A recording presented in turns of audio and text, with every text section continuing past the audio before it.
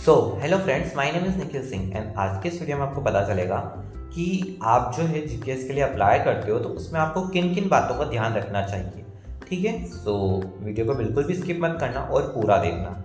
ठीक है, तो स्टार्ट करते हैं। तो सबसे पहले बात करते हैं हम एलिजिबिलिटी क्राइटेरिया की। ठीक है, तो इसका क्राइटेरिया क्या होता है कि इसके अंदर आपके जो मार्क्स होते हैं वो 80% से ऊपर होने चाहिए अगर आप अंडर ग्रेजुएट के लिए अप्लाई कर रहे हो।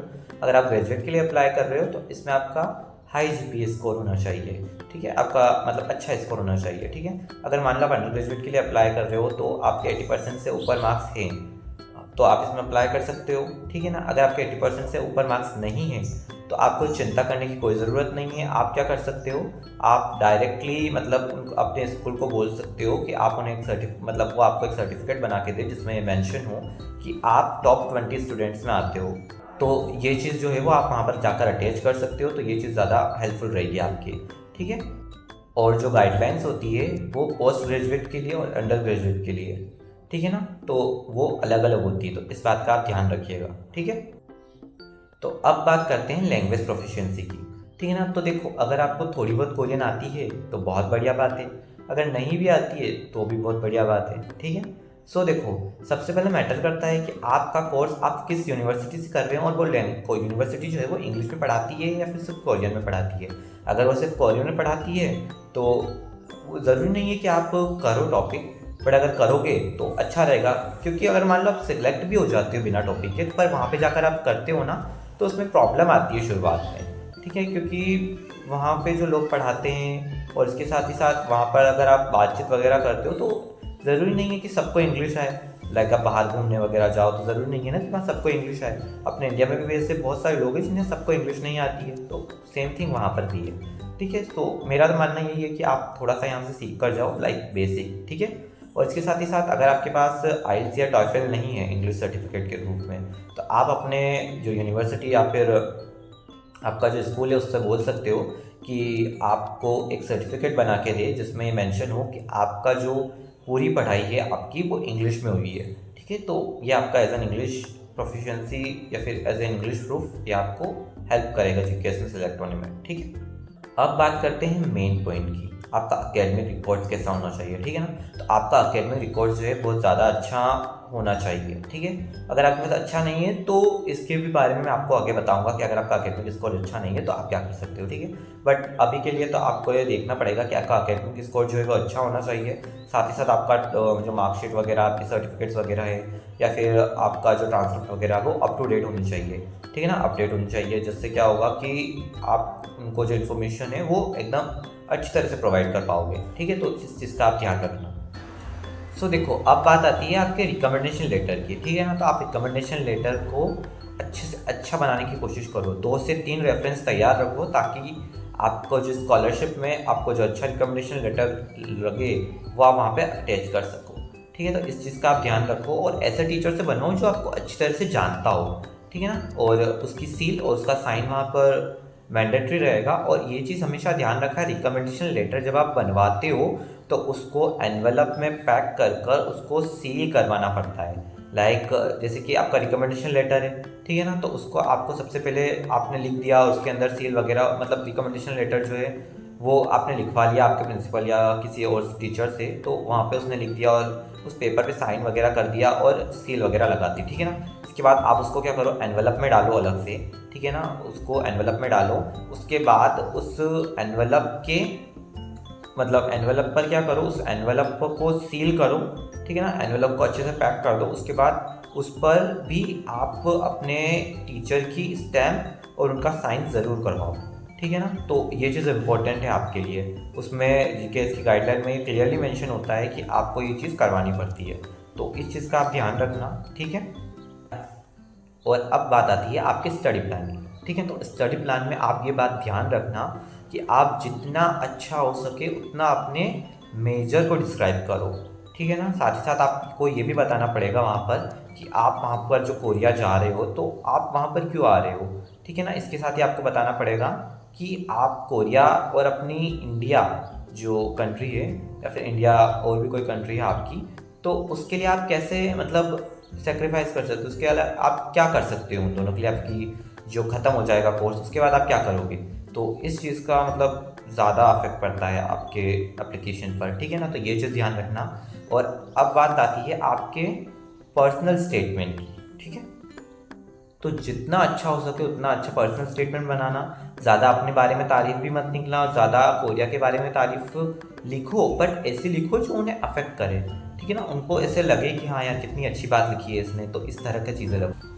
क्योंकि मान लो अगर आप ज़्यादा ही ओवर कॉन्फिडेंस होकर अगर आप कुछ लिख दोगे वहाँ पर, तो जब आप इंटरव्यू वगैरह दोगे तो उन्हें पता चल जाएगा कि आपने जो लिखा है वो सच है या झूठ है। तो इसलिए वही लिखना जो सच हो। थोड़ा बहुत झूठ चल जाएगा पर इतना भी नहीं कि ना चले, आप तो पकड़ में आ जाए। और साथ ही साथ इस बात का आप ज़रूर से ध्यान रखना, आप उसमें जो है सिंपल इंग्लिश लिखें, ठीक है ना। क्योंकि आप बहुत से लोग क्या होते हैं कि ना मैंने तो आइल्स दे रखा है, मैंने तो टॉफेल दे रखा है, मैंने तो ये दे रखा है, मैंने तो वो दे रखा है, मेरी तो इंग्लिश बहुत अच्छी है। तो ऐसा बिल्कुल भी मत करना, क्योंकि क्या होता है कि कभी कभी जो होते हैं ना वर्ड्स वो ज़्यादा ही क्रिटिकल हो जाते हैं, ठीक है ना। तो वो क्या पढ़ने में दिक्कत आती है उनको।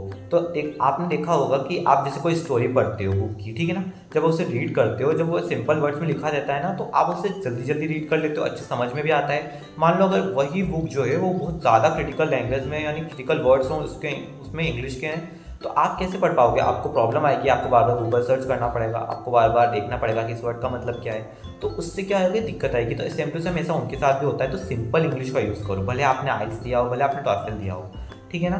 तो इस चीज़ का आप ध्यान रखना। तो ये चीज़ आपके लिए बहुत ज़्यादा हेल्पफुल है, ठीक है। और साथ ही साथ आपका पर्सनल स्टेटमेंट भी बहुत ज़्यादा अच्छा होना चाहिए। एंड रिकमेंडेशन लेटर, आपका study plan and personal statement तीनों बहुत ज़्यादा मेन रहते हैं। अब मान लो अगर आपका स्कोर अच्छा नहीं है, 80% नहीं है आपके, या फिर आपको ऐसा लगता है 80% से ऊपर भी है, आपको ऐसा लगता है यार अच्छे नहीं है मेरे, या फिर आपका 10th या 11th में अच्छा नहीं है, तो आप क्या कर सकते हो इसमें, आप क्या कर सकते हो कि ये आपका एसओपी यानी पर्सनल स्टेटमेंट, आपका स्टडी प्लान वगैरह और आपका रिकमेंडेशन लेटर, इनको स्ट्रॉन्ग बनाओ, ठीक है ना। क्योंकि जितना ज़्यादा स्ट्रॉन्ग और इफेक्टिव लगेंगे उतना ज़्यादा आपका सिलेक्शन हाई होंगे। क्योंकि मैंने देखो ऐसे बहुत सारे स्टूडेंट को देखा है जिनके पास आइल्स होती है, जिनके पास अच्छा स्कोर भी होता है, जिनके पास टॉपिक भी होता है, बट अल्दो उनका सिलेक्शन नहीं हो पाता। क्यों? क्योंकि उनका इंटरव्यू देने का तरीका अलग होता है, ठीक है ना। कभी कभी इंटरव्यू में आकर इंटरव्यू दे देते हैं, सेकंड राउंड में सेलेक्ट हो जाते हैं, पर थर्ड राउंड में सेलेक्ट नहीं हो पाते।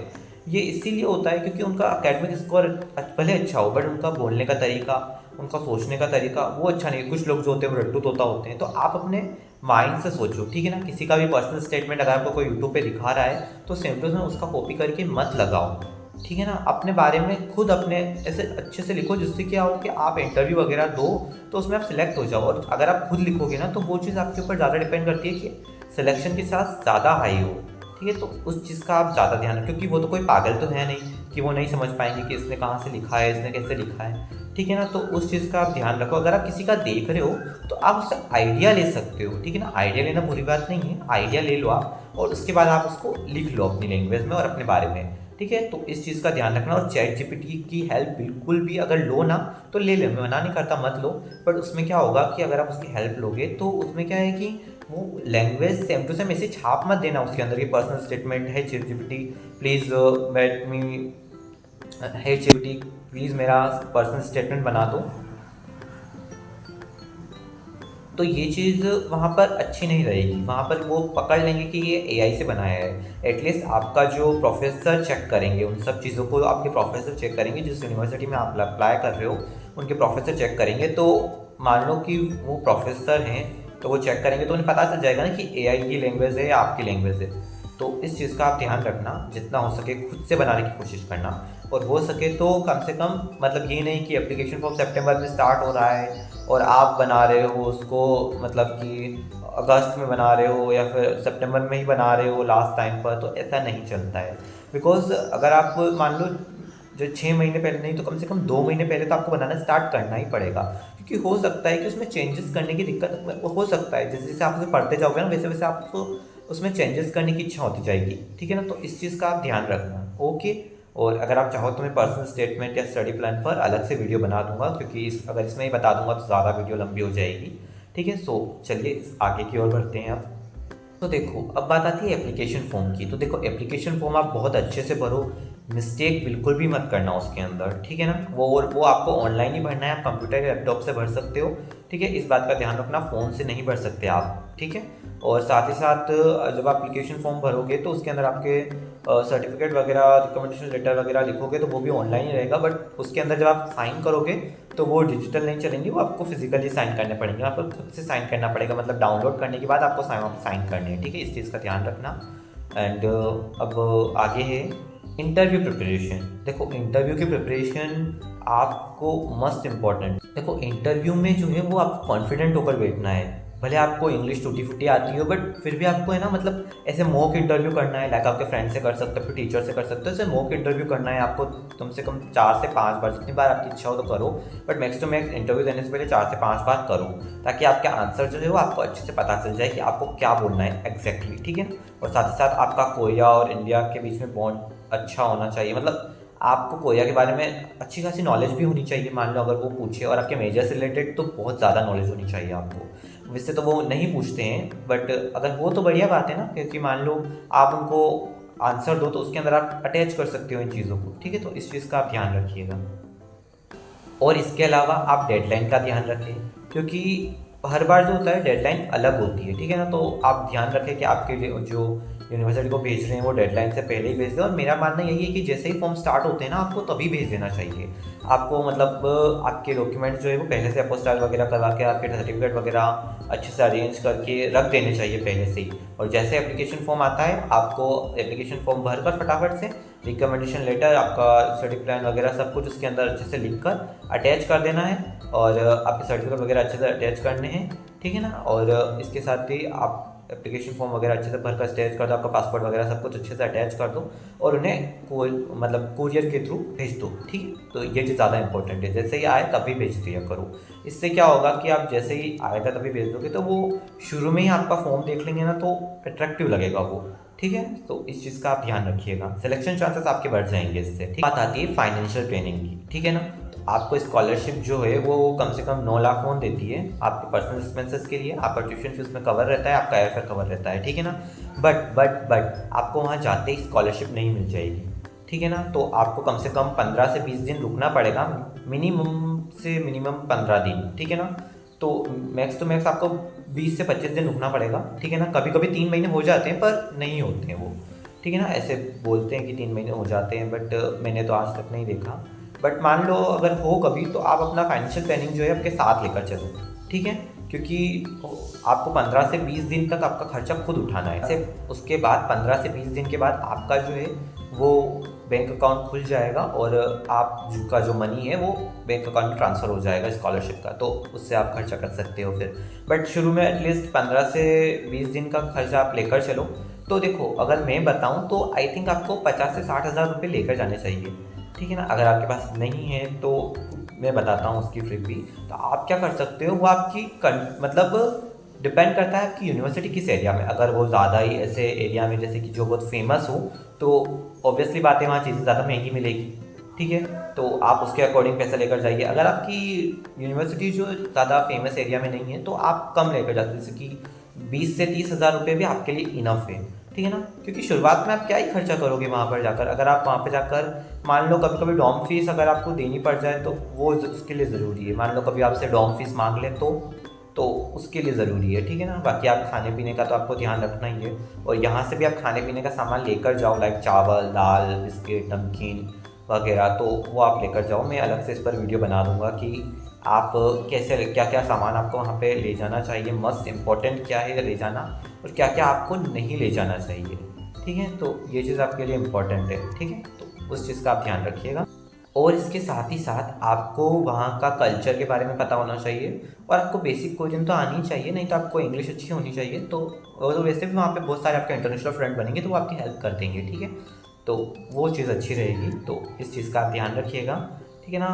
और वहाँ की जो मतलब वहाँ का रहन सहन सब आपको अपनाना पड़ेगा, तो उसके लिए रेडी रखिएगा। अगर आप जीकेएस के लिए इस साल अप्लाई कर रहे हो तो आपको ऑल द बेस्ट, कि आई होप आप सब सेलेक्ट हो जाओ, ठीक है ना। और आप अच्छे से अपनी यूनिवर्सिटी या एम्बेसी ट्रैक से अच्छे से अप्लाई करो, अपना सब कुछ स्ट्रांग बनाओ, और बिल्कुल भी टेंशन मत लो। अगर आपकी स्कोर कम है तो बिल्कुल भी टेंशन मत लो, देखो जो होगा वो अपने आप ही हो जाएगा। आप यूँ मत सोचो कि यार मेरे तो सिर्फ 80% आए हैं, उसके तो 95% है, उसका सिलेक्ट मतलब वो उसका सिलेक्शन हो जाएगा और मेरा नहीं होगा। देखो तो ऐसा कोई ज़रूरी बात नहीं है, ठीक है ना। तो ऐसा कोई ज़रूरी नहीं है कि यार उसका सिलेक्शन, कभी कभी होता है कि ना उसका सिलेक्शन नहीं होता और आपका सिलेक्शन हो जाता है। तो इस चीज़ पर आप ज़्यादा फोकस करो कि यार मेरे तो इतने परसेंटेज आए हैं, मेरा तो सिलेक्शन नहीं होगा, तो इस चीज़ का कोई सेंस नहीं बनता है, ठीक है ना। उसके पास तो टॉपिक है, उसके पास तो आइल्स है, उसके पास तो टॉफेल है, उसके पास तो ये है, उसके पास एक्स्ट्रा करिकुलर सर्टिफिकेट इतने सारे हैं। तो ये तो कोई बेवकूफ़ी वाली बात हुई, है ना। तो इस चीज़ का आप ध्यान रखिएगा, ज़्यादा से ज़्यादा एक्स्ट्रा करिकुलर सर्टिफिकेट भी कोई काम नहीं आते हैं वो, ठीक है। तो उस चीज़ का आप ध्यान रखिएगा, अच्छे से पढ़िएगा, अच्छे से आप अपने ऊपर विश्वास रखिएगा, ठीक है ना। तो इस चीज़ का आप ध्यान रखिएगा, ठीक है। सो वीडियो यहाँ एंड होती है। अगर आपको और भी किसी चीज़ से रिलेटेड अगर आपको क्वेरी हो, क्वेश्चन हो, तो आप मुझे पूछ सकते हो, ठीक है। सो मिलते हैं नेक्स्ट वीडियो में, तब तक के लिए bye bye and take care.